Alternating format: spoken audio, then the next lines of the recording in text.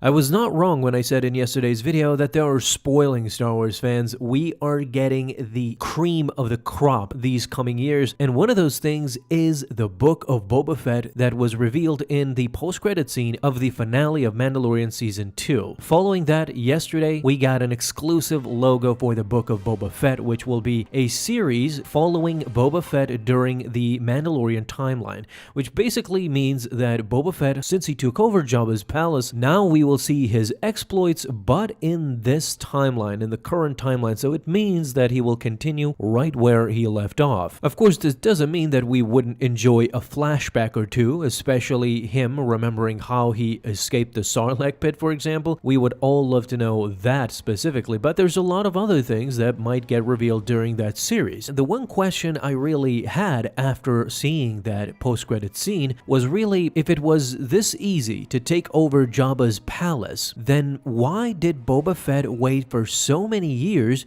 and didn't kill Jabba instead and took over his place? Why did it take so long for him to go into Jabba's palace, kill everybody on sight? Since Jabba had basically the same crew with him, he could have killed everybody there, similar to how he did in the post-credit scene with Fennec Shand, and then lay the last shot on Jabba's chest, killing him once and for all. So let's start with what actually happened. In the post-credit scene, we see the aftermath of Jabba's death. It turns out that the male Twi'lek Bib Fortuna took over Jabba's operations on Tatooine after the crime lord was killed in the sail barge by Leia herself, by slave Leia in fact. The events of Return of the Jedi also were thought to be the demise of Boba Fett when he fell into the Sarlacc pit, but now everybody's back except for Jabba, of course. There is a moment of victory though for Boba Fett when he slowly walks to the throne and sits in it, symbolizing that he has now taken the position of crime lord, the position of Jabba the Hutt, and very probably the ruler of Tatooine, if not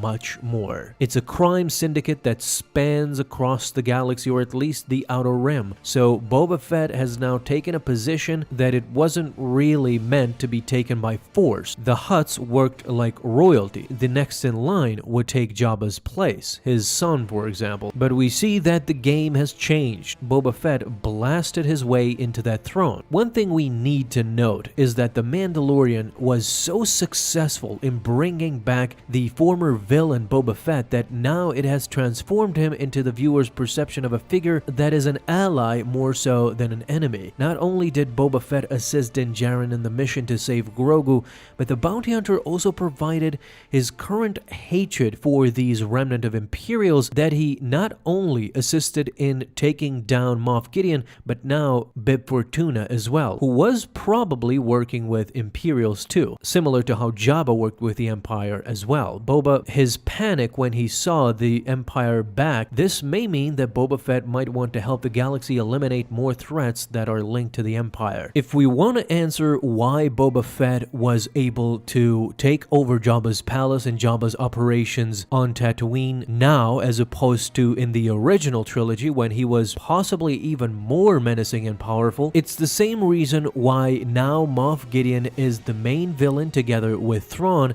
as opposed to the old Empire when Emperor Palpatine and Vader were the biggest threats to the rebellion. The Remnant is not superior and not as powerful as the original. I suspect that Jabba's power was unrelenting. He would pose a much bigger threat than a measly Bib Fortuna. Although the position itself commands respect, we don't know what happened after the fall of the Empire to the Hutts. This is the key reason I think that we saw Jabba's palace get taken over so easily by Boba Fett and Fennec Shand. It's because there is no real threat out there as it was during the time of Jabba the Hutt. In fact, during Imperial times, the crime syndicate of Jabba was flourishing. As we see in the Darth Vader comics, they were collaborating with the Empire. So it stands to reason that not only was Jabba protected by other Hutts and other crime syndicates, but also by the Empire, who had very good use of him. We can now slowly understand why Boba just plotted and waited for his time to come. If he thought of it this extensively, if he knew that one day he would take over that throne, then you gotta realize that he thought this even way back when in the original trilogy. He was just waiting and biding his time of when to kill Jabba the Hutt. Now that he got his armor back and possibly his reputation, what better time than to strike? Bib Fortuna does not command the respect that Jabba did, and the Hutts are no longer possibly in power now with the New Republic roaming around and the Empire practically gone from the galaxy. What's more is that Jabba's palace now with Boba Fett in charge might change completely. Boba Fett might want to clean up the galaxy from his enemies that help the Empire. With his knowledge of Tatooine, what better place to start than Jabba's palace? He could potentially use Jabba's palace as a headquarters or a safe haven for his missions in the near future, as well as his compatriots. By the looks of it, what we saw in the post-credit scene, it seems very unlikely that Boba Fett and Fennec Shand have plans to follow in Jabba the Hutt's footsteps and continue with his former criminal organization. That was hinted the moment when Fennec Shand freed Fortuna's Twi'lek slave after killing all of the guards. If anything, this pair could use the palace as a site for a new headquarters for the Bounty Hunters Guild. Now that Boba Fett has retrieved his Mandalorian armor, he might be aiming to return to his old profession by jumping back to his known and old profession, being the most feared bounty hunter in the galaxy. This time though, he might want to have some friends by his side, and we all know what that means. Do you think we will get to see the Mandalorian in the book of Boba Fett at all, since it takes place exactly during that time? For the conflict to happen during the book of Boba Fett, I think it will be them trying to reclaim the throne, meaning the Hutts or any crime organization, now that maybe they think now that Jabba's palace is open season,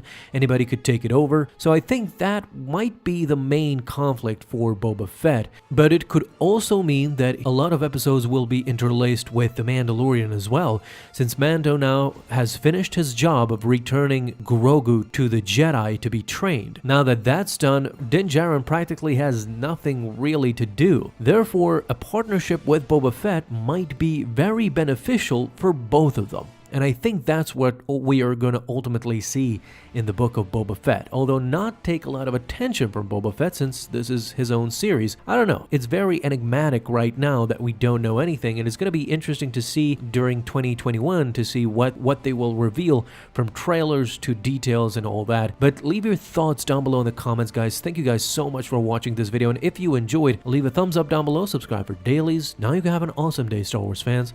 I'll see you in the next video, and may the Force be with you. Until then.